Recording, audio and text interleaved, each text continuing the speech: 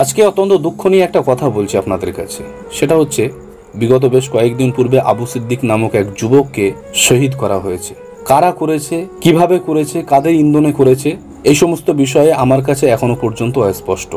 কারণ সেখানে আমি ছিলাম না, সেখানকার পরিস্থিতি সম্পর্কে আমার সেইভাবে জ্ঞান নেই। তবে একটা কথা আমি বলতে চাই, সেটা হচ্ছে এই ঘটনাগুলিকে দেখার পরে এখনো পর্যন্ত সুশীল সমাজের মানুষ যারা, বিশেষ করে যে সমস্ত ইমামরা এখনো পর্যন্ত চুপচাপ হয়ে বসে আছে, তাদের পিছনে ইক্তেদা করে নামাজ পড়া জায়েজ হবে কিনা এই বিষয়ে সঠিক তথ্য আমি সমাজের সমস্ত আলেম ওলামা মৌলানা মুফতিদের কাছে জানতে চাইছি। তবে হ্যাঁ, যে সমস্ত আলেম ওলামা মৌলানা মুফতিরা ফতোয়াটা দেবেন, তানারা যেন আবু সিদ্দিক সম্পর্কে দুটো একটা কথা বলে সমবেদনা বা অনুতপ্ত হয়।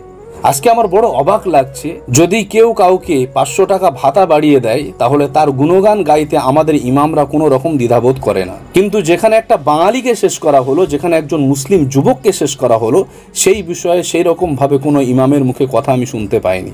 তাই আমার যতটা মনে হয় এই সমস্ত ইমামদের পিছনে ইক্তেদা করতে আমার একটু দ্বিধাবোধ লাগবেই। সো আপনাদের মতামত অবশ্যই কমেন্ট বক্সে জানাবেন।